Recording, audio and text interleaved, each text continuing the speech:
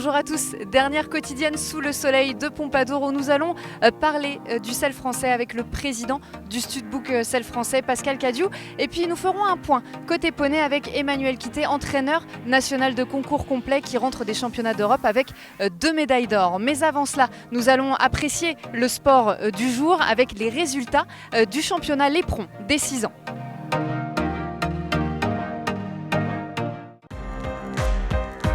Il a mené la compétition dès le dressage. Thomas Carlyle ajoute un nouveau titre de championne de France à Fair Lady des Brooks, 2 ans après sa victoire ici dans les 4 ans. Le jument sel français à vendre, c'est une fille d'Upsilon et double Magic Wonderland par Shin Shin qui ravit son cavalier avec cette nouvelle couronne sur le championnat des 6 ans Léperon. Cette saison, avec le calendrier, je me suis retrouvé à venir 2 fois ici, à gagner les 2 fois. Donc c'est vrai qu'elle est vraiment à l'aise dans cette carrière, sur cette piste, sur le cross aussi. Et c'est un terrain que j'affectionne beaucoup parce que je trouve que les chevaux se bonifient vraiment ici, ils apprennent vraiment beaucoup de choses. C'est une jument qui a des moyens, mais elle n'en a pas conscience. Et il faut arriver à lui donner confiance pour qu'elle se lâche un peu, qu'elle se libère, parce qu'elle est capable de très bonnes choses.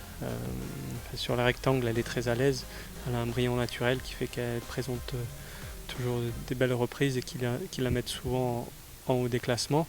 Et puis derrière, elle ne veut pas toucher les barres et sur le cross, elle a de la moelle. Enfin, elle est beaucoup plus à l'aise sur le cross que sur les barres. Elle fait un peu moins d'émotion, elle trouve ça plus facile. On la destine à la vendre. Donc voilà, peut-être que ce palmarès va aider à trouver son client, mais c'est une jument que je vois autant capable d'être championne d'Europe junior qu'aller gentiment vers le haut niveau. Voilà. Figaro Fonroy est vice-champion de France. C'est un Hongre, fils d'Upidam Deor et de Nénette Fonroy par Oberon du Moulin. Il obtient ainsi sa qualification pour le Mondial du Lion, tout comme les 3 premiers du championnat. Un résultat à la hauteur des espérances de son cavalier, Benjamin Massier. Au risque de paraître pas trop modeste, j'ai beaucoup d'ambition avec ce cheval et je savais que s'il faisait son meilleur concours, il pouvait être dans les 3 premiers. C'est un cheval qui au pire a dressé à 70% dans toute sa carrière. Je l'ai depuis qu'il a 4 ans. Au mieux, il a fait du 76%. Il a fait une fois, depuis qu'il a 4 ans, il y a une seule fois où il n'a pas été classé. C'était ici au mois de juin et il avait fait 8 points au concours parce que je l'avais mal monté en plus. Donc il a fait le meilleur concours qu'il pouvait faire, donc il a la place qu'il mérite, je pense. La propriétaire me fait confiance, il est pas transférable, il est comme Neymar. Voilà. Non, je suis très content. Facebook du Vinobus prend la 3e place. Hongre sel français, fils d'Upsodonou et de Nostria du Vinobus par Fétiche Dupas. Il est né à l'élevage du Vinobus et appartient à la garde républicaine. Un beau résultat pour son cavalier Fabrice Lucas, heureux de retrouver un podium ici, à Pompadour. Je suis très content. J'ai eu des années pourries. Donc là, j'arrive à retrouver un bon cheval et je suis content. Ce cheval-là, je l'ai essayé l'année dernière, son année de 5 ans. C'est un camarade de l'écurie qui l'avait. Il a fait le circuit 4 ans, le circuit 5 ans. Il a été honnête et dire j'y arrive pas avec ce cheval-là, il est compliqué, c'est un jeune cavalier. Du coup il m'a dit est-ce que tu veux l'essayer? Je lui ai dit ok. Et après il a fait la finale ici, il a fini 10e, sans faute. Sur le dressage il était un peu délicat. Ça fait 2 concours où j'arrive à monter sur le plat et à accrocher les 70, 11. Donc c'est bien, je suis content. Ouais. Pascal Cadiou, bonjour, comment ça va? Bonjour Anne, ça va bien, impeccable, on est à Pompadour, donc c'est toujours un moment privilégié dans la saison. Comment vous vivez cette grande semaine qui se termine déjà? On a eu beaucoup de chance, énormément de monde, beaucoup de chevaux, plus que d'habitude, plus que ces 3 ou 4 dernières années. Donc ça c'est quand même important de voir que la discipline continue à évoluer, parce que c'est quand même pas une discipline très simple à organiser. On sait que organiser du concours complet, ça demande énormément de monde, de bénévoles. Donc ça fait plaisir de voir qu'on est autant de participants au final, quoi. Et de plus en plus engagés sur le Studbook sel français également. Oui, historiquement, c'est vrai qu'on a toujours eu beaucoup de sel français à concourir en complet. Mais c'est vrai que les résultats de ces dernières années dans la discipline, sur les internationaux, évidemment les Jeux Rio, Tokyo, où on ramène quand même des médailles avec l'équipe de France et avec le sel français, c'est sûr que ça concourt, je dirais, à faire en sorte que les gens s'intéressent à la discipline, à produire des chevaux de concours complets, à les valoriser et puis à venir les montrer à cette grande finale, quoi. Alors l'élevage français et le sel français se portent de mieux en mieux à très haut niveau, hein, vous le disiez, sur les Jeux Olympiques. Comment on se l'explique, ça ? Je pense que le concours complet, c'est une discipline qui a évolué, je dirais, pour des raisons à la fois de bien-être des chevaux, mais aussi de sécurité, à la fois des chevaux et des cavaliers. Et c'est vrai que les formats correspondent mieux à une production de chevaux de sport de haut niveau. C'est vrai que quand on regarde la composition raciale de nos chevaux, tous les chevaux qui gagnent en concours complet à haut niveau, c'est des chevaux qui ont entre 45 et 60% de pur sang dans leur composition raciale. Et on est encore dans le sel français avec ce type de jumenterie et qui permet donc de produire des chevaux de concours complets. Pourquoi le pur sang ? Parce que ça donne de la tenue, ça donne de la solidité, ça donne du cardiovasculaire qui fait que les chevaux sont susceptibles de faire du sport de haut niveau dans cette discipline.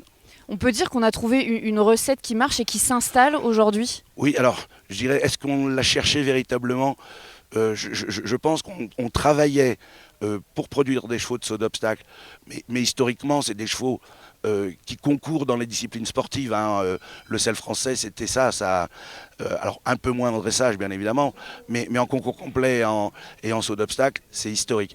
Mais c'est vrai que c'est surtout le format de la discipline qui s'est adapté à nos chevaux. Et nous, comme les éleveurs continuent à produire des chevaux avec à la fois de la locomotion, du look, de la sensibilité, enfin tout ce que recherchent les cavaliers de concours complet, quoi. Et puis la classe de galop, bien évidemment, la franchise. Ça, ce sont des caractères qui ont été historiquement sélectionnés par le sel français.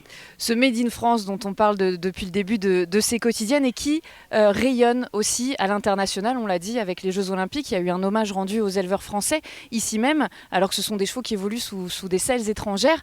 Ça aussi, est-ce que ça fait évoluer l'élevage français et le studbook sel français ? Ça ouvre des marchés.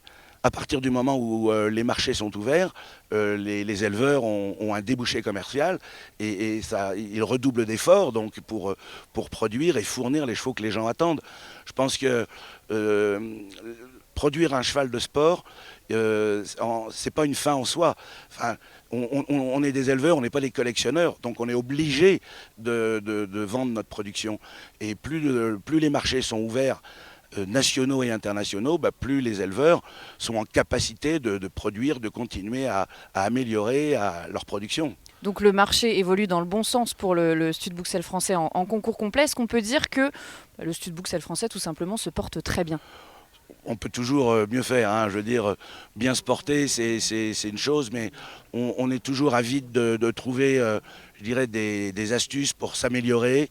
Il faut toujours essayer d'être le plus en contact possible avec les éleveurs sur le terrain, faire en sorte que leurs idées, leurs aspirations, soient remontées et qu'on puisse en discuter et faire en sorte que il y a un compromis dans les décisions qui sont prises, à la fois pour la sélection, mais aussi pour la valorisation et la commercialisation, de telle façon à essayer de satisfaire le plus grand nombre. Et de façon aussi, pourquoi pas avoir encore plus d'engagés ici l'année prochaine. Bien sûr, c'est l'objectif. Et c'est tout ce qu'on vous souhaite. Merci beaucoup Pascal d'avoir été avec nous. Profitez bien de cette dernière journée ici à Pompadour. Merci Anne, à bientôt.